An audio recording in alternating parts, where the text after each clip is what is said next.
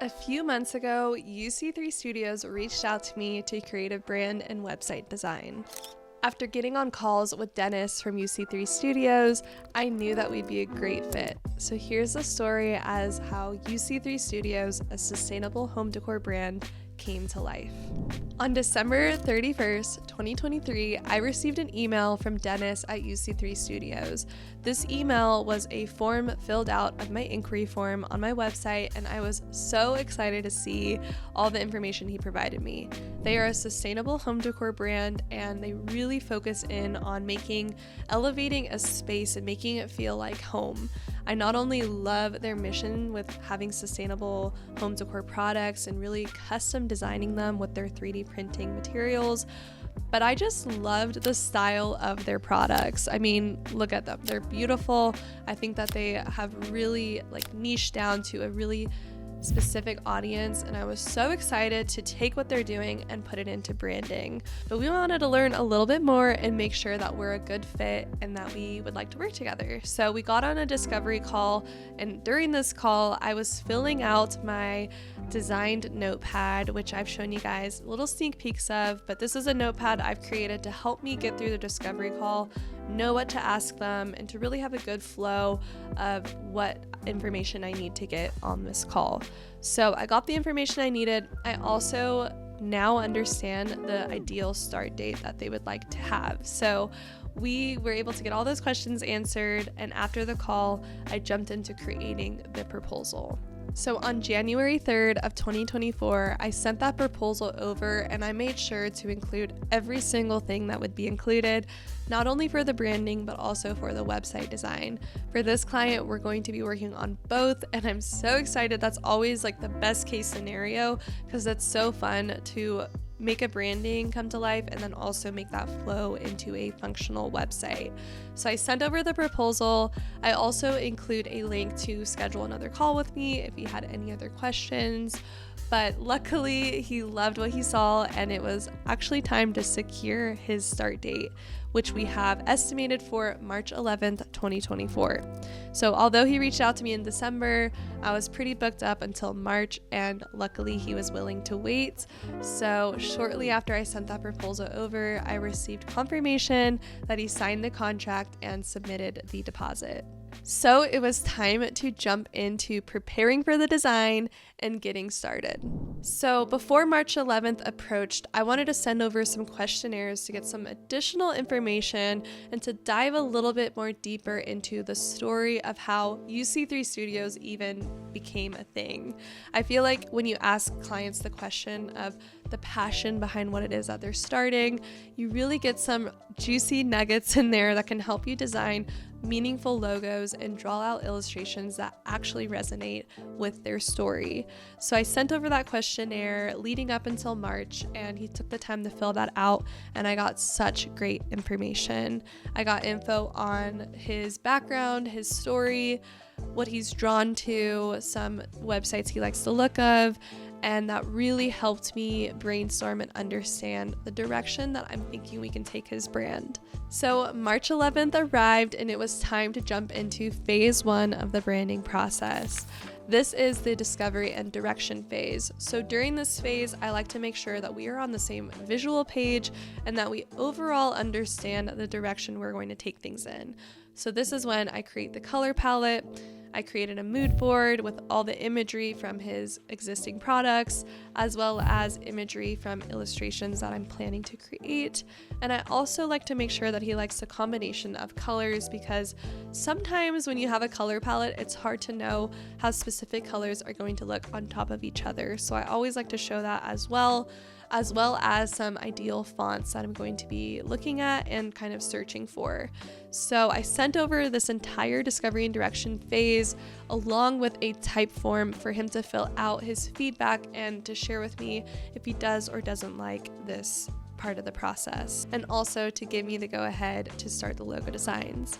and I really quickly received feedback from him. He loved everything that was in the discovery and direction phase, and it was time to move forward to the logos. So for his logo design, I already had a lot of ideas just from making that mood board and searching through Pinterest and searching through existing designs out there to kind of pull some inspiration. So I knew where I wanted to begin, and that was with the illustrations. We are going to go for really modern, kind of funky, abstract illustrations to really accompany and complement his products. His products are really funky shapes and designs, and I feel like they're great for artists, great for young adults, even families, and I wanted to make it just speak to that type of audience. So I was really focusing in on those abstract shapes and creating kind of a brand pattern around that. Sometimes when I start with this in the logo design phase, it's so much easier for me to take pieces and elements of that and bring it into an actual logo design. So I started by drawing this out on my iPad using the Procreate app, and I was able to create a bunch of fun designs. And another idea I had was to really showcase the fact that his products can make a house feel like a home.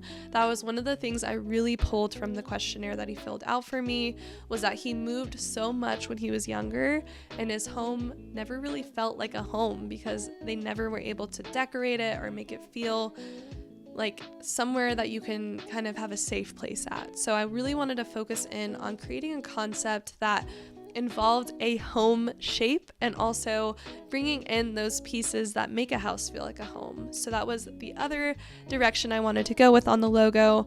And I also wanted to create a concept that was very organic because they use sustainable materials and they really focus in on taking care of the earth while making beautiful products. So I wanted to focus on organic shapes, making it really, really simple and minimal because that's truly the essence of their brand.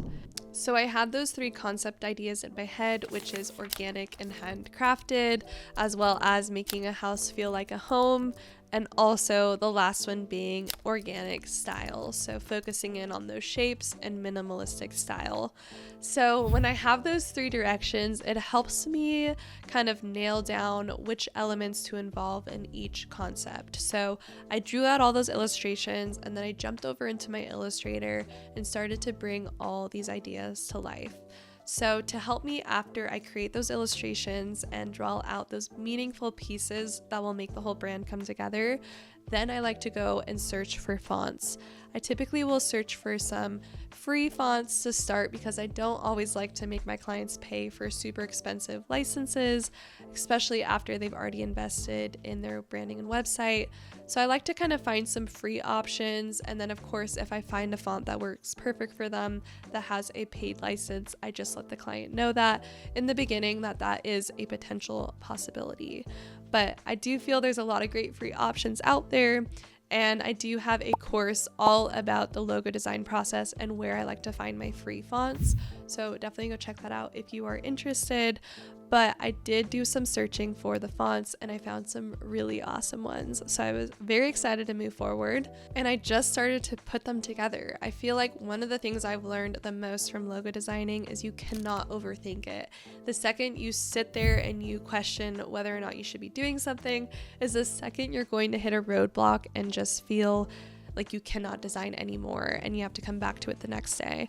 So typically I like to just throw all my ideas out there. I like to draw a bunch of ideas in my sketch pad, figure out ways to take maybe the beginning letter of the brand, figure out ways to take those icons and put them into a shape, figure out all the ways that you can make it really feel completed and not like it's missing something is the ultimate goal. So I was able to design all these concepts, and to be honest, I knew that this brand was going to be a good fit because the ideas and concepts were flowing out of my brain. I probably could have done even more, but I decided to just present these 3 to start. So when I present the logo design concepts, I like to break down the submark. This is something new I started doing this year, but I feel like when you break down what it is that the icon or illustration actually means and what your ideas were behind it, it really kind of sells that concept a little more to the client.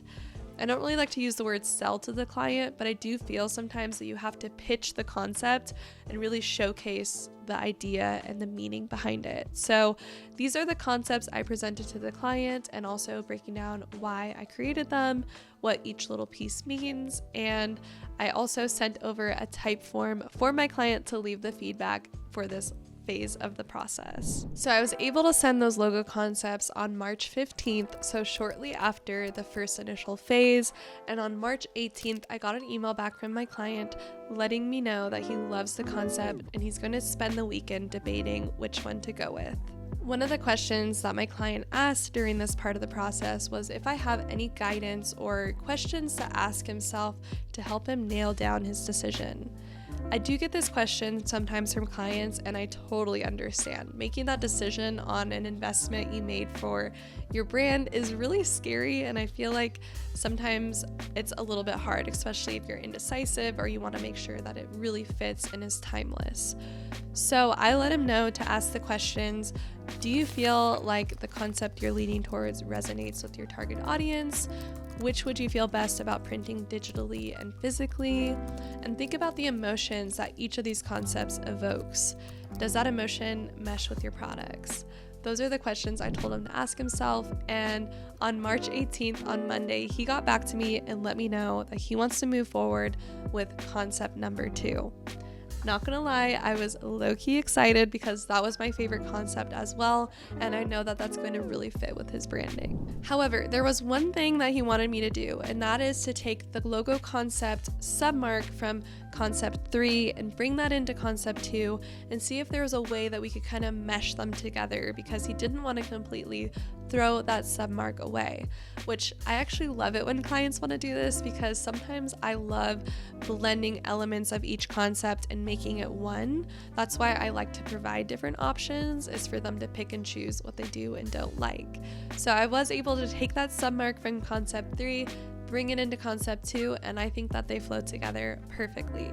So I made those small changes, sent back the logo presentation to my client to make sure that we're ready to package everything up. I feel like this one was really quick. Usually my clients have quite a few edits after the logo design phase 1, but he was really easy, loved the concepts, and I was super excited to package up for him and also start preparing for the website design.